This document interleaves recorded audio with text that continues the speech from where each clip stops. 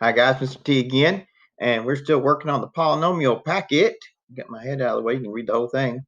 And we're working on pages 3 and 4 for this little section of video. Let's jump on into it. Okay, on page 3 here, we see this is and if this packet, if you hadn't figured out, is just a mismatch of different resources from different places that all deal with polynomials, and each one of them is going to bring something new to the table. Okay, a different approach to some stuff, and so that way it really gets us used to dealing with things in different ways. Okay, so we can't be thrown off just by different presentations. So let's jump into this. It says after factoring. Okay, so first thing we're going to do is factor, and then we're going to use that factoring to sketch the graph of the equation. All right, so here's our equation. First thing we always check for when it comes to factoring is the greatest common factor. Okay, so let's get my little pen up here and running. And the greatest common factor, and in this case, the greatest common factor is negative x. Okay, so we want negative x, and I want a negative because that's going to help me make this first term inside here a positive. And it's so much easier to continue factoring when that thing's a positive. So let's get that negative out front. Does that mean we always take out a negative? No, if it's not negative to begin with, we don't mess with a negative later, okay? We don't mess with that later. All right, so that's going to be then negative 2x, and then positive 1. So let's do a quick check to make sure we did this good. So negative x times x squared, good. Negative x times negative 2x, give me positive 2x squared, true. Negative x times 1 is negative x. So we're doing good so far. Next step here is I'm going to go ahead and bring down the negative x, okay? And now I'm going to work on this idea here. Can I factor this trinomial some more?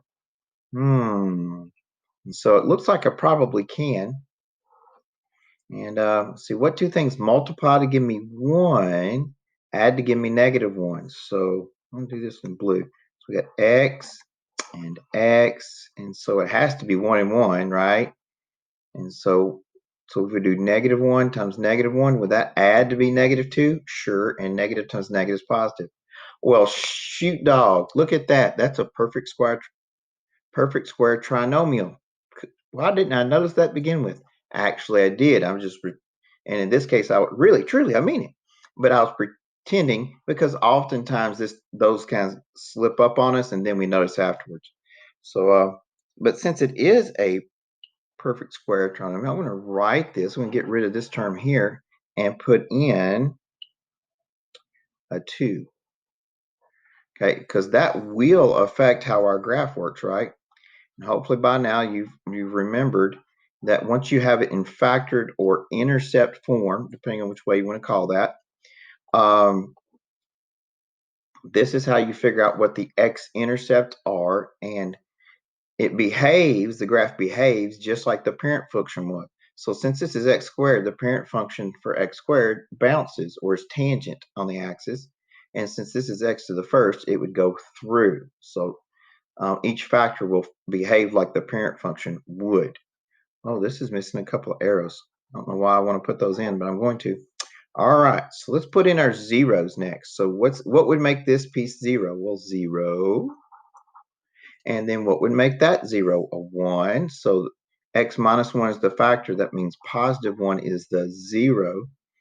And I noticed that, hey, it's a square. So I'm going to do a little highlight to remind me that that's going to be bouncing when we get to that spot.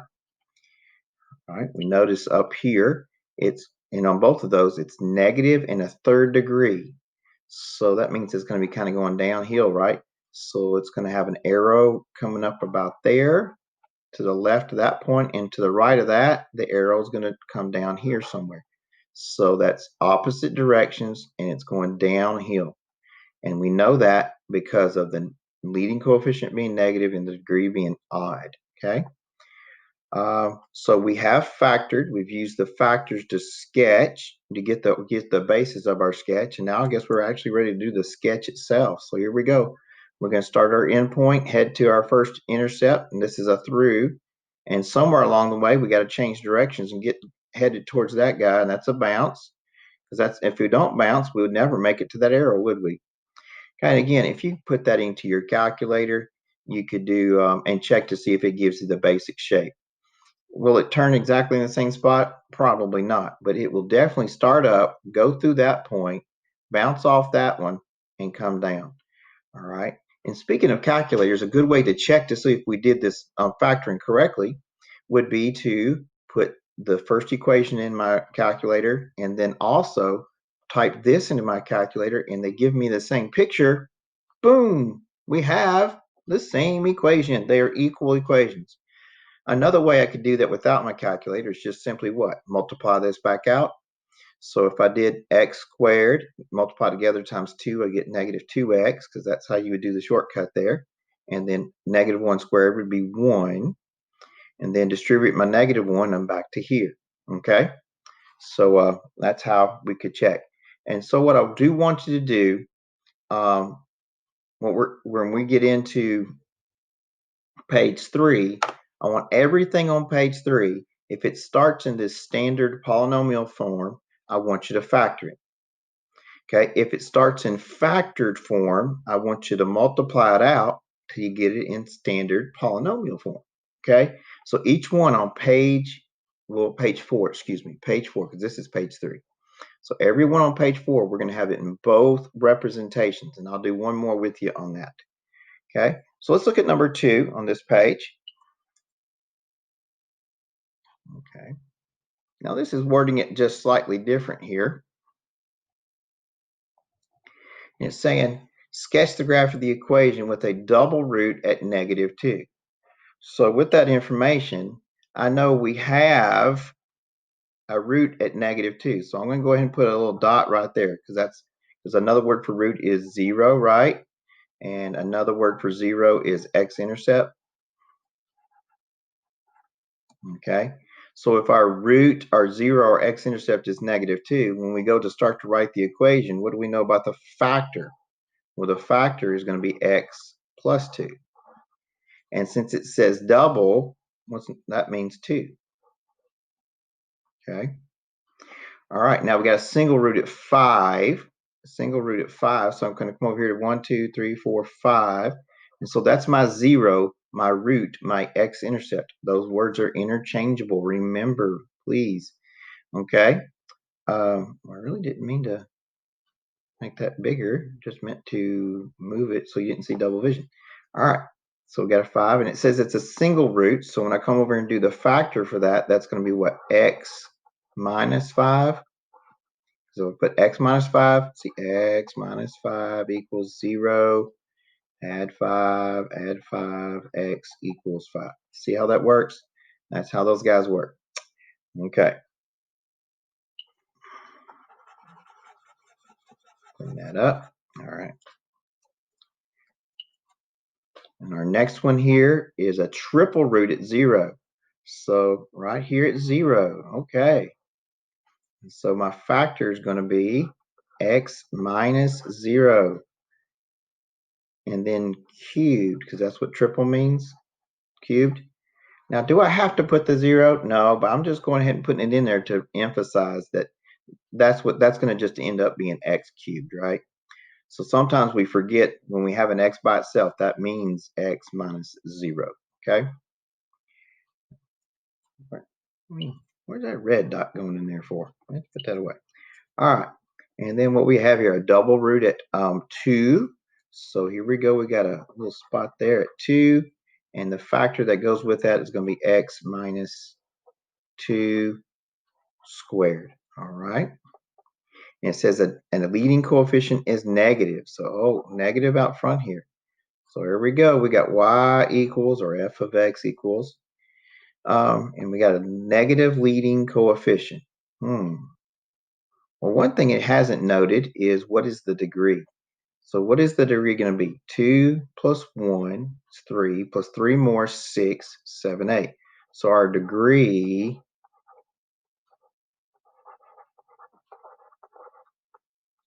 is 8. So that's a and it's going to be a negative in front. So it means both of endpoints are going to end up going down. Okay, that's our end behavior going to be down, and then down over here for our end behaviors. Let's do some highlighting. Okay, so on both of our 2's, those are going to be bounces. And then for our 0, let's put some highlight in blue there, and that'll be a swerve because it's a cube. All right, I think we're ready to actually do the drawing part. So we start on this guy here, head towards this guy. I'm going to bounce off of it, head to this guy, and we're going to kind of do a little swerve thing there. Come up, and then bounce again, and then through. And again, how can I double check myself? Well, I can plug this into my calculator, look at the graph, and of course the turns won't be right, but it should end up down, down, and it should bounce, swerve, bounce, and through. Okay, that should be how that looks. Okay, hopefully this next piece is not going to throw you off too awful bad. Now that we've got a little bit of practice under us, we should be okay. So let's give this a shot. I'm going to do number 3, and then leave the rest of those on this page for you. Okay. So first thing I'm going to do with this guy is I'm going to just label the zeros. And so this is -3, 4, 5, 6, 7, -7. And that guy right there is 1, 2, 3, 4. And we're going to call this one right here 4.5, 5, 6, 7, 8. There you go. So those are the zeros. What are the factors? I keep on inching down, don't I? What are the factors? Well, if it's a 0 or 7, it's going to be x plus 7 for my factor. It's a through, so it's to the first power. You don't have to write the 1, but I'm doing it just to make a point here, okay? And so now we got -3, so that's going to be x plus 3 for my factor. And it's tangent, or it bounces, so that's going to get a square.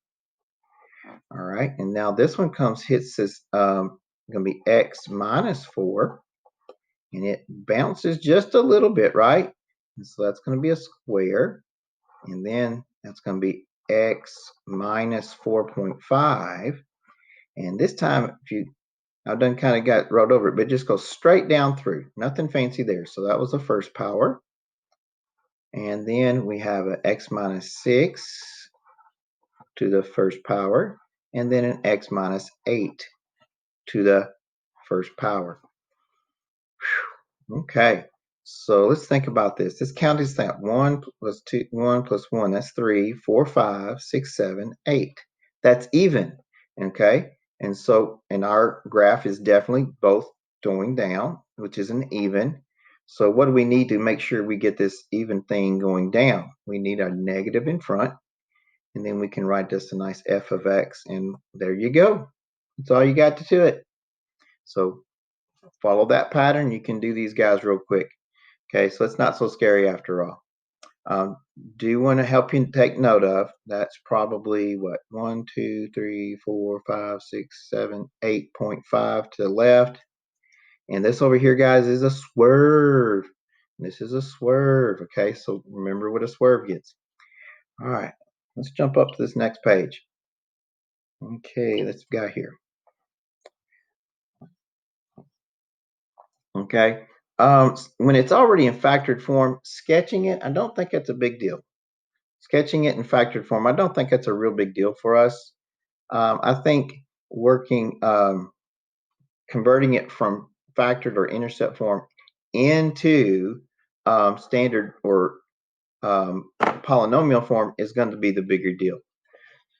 So I'm going to just knock out the graph of this one real quickly, as fast as I can, without not too much talking, if I can pull it off. So we got it. A few tick marks here. Okay, we got a 0, 1, 2, 3, 4, -5, and a -3. Okay, and it's got a 1, 3, 4. So it's going to have this kind of thing happening. And we're going to bounce right here. So something generally like that. Okay, so yay. So it's already factored form. We got all that done. You should be able to manage that. But what I want you to do with 8, 9, 8, and 7 is I want you then to convert them over, okay, make them look like number 10, okay? And then number 10, we wanted to factor it to make it look like number 9. So everything on this page, we want to see it in both forms, okay? And that's just going to be practicing converting from one to the other. It's a good thing to do. So number 9, in order to do so, we need to remember that you could come over here and say this is x plus 5 times x plus 5, and FOIL it, you'd get x squared plus 5x plus 5x plus 25, and then you put these two guys together at 10x. This is always going to happen, and since we know that, we're going to use our identity, our polynomial identity, that says we can just simply go straight here, x squared a times b times 2, so that's going to give us 10x, and then b squared is 25. Okay, and then what am I going to do to the rest of it? I'm just going to simply bring down the negative x and bring down the x plus 5 or x plus 3. And do I have to start there? Well, I could distribute my negative x over to here, but I couldn't do the square because the square comes first. Okay, it kind of takes precedence. So it's a good idea to go ahead and take that guy out first. And my tendency is to leave the negative x alone. My story, I go with it. It's kind of like your little brother, little sister that your mama made you take with you as you went out in the door that day. And you basically all day just to kind of ignore them, but you better bring them home at night, okay? Because your mom will be uptight. So don't come home without your little brother and little sister. So for the moment, this guy's hanging out front here. We're just going to ignore him. I don't care if it's negative x or an x squared or negative 10x to the 10th power. I don't care. Whatever it is, monomial, we're just going to leave it be and just let it, then we'll distribute at the end. Okay, so what does this mean? This trinomial times a binomial. So some people call it expanded FOIL. Okay, but just really distributive property. We're going to do x times all three of those, and then 3 times all three of those. And I'm going to do that and kind of color code it. So we're going to underline this in green. So x times this is going to be x to the third 10x squared plus 25. Okay, and then I'm going to come over here and scratch on this nice ink here. I'm going to underline that guy. And so 3 times all of those, that's going to be 3x squared, then plus 30x plus 75. So now we've taken care of all of those. We've multiplied through by x, we multiplied through by 3. We're ready to do some combining of like terms. Okay, so x to the third, bring it down.